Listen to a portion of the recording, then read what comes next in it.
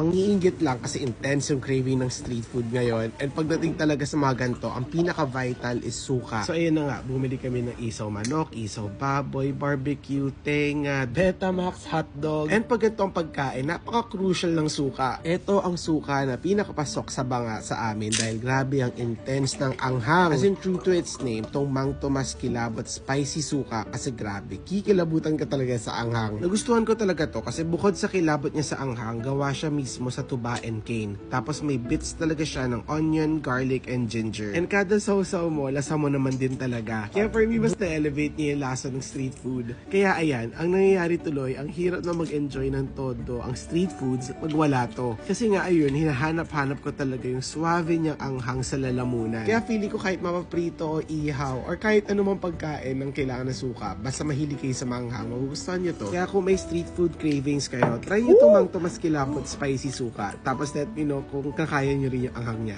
Choy! Ang sarap ng anghang niya. Nalos na rin ako dana.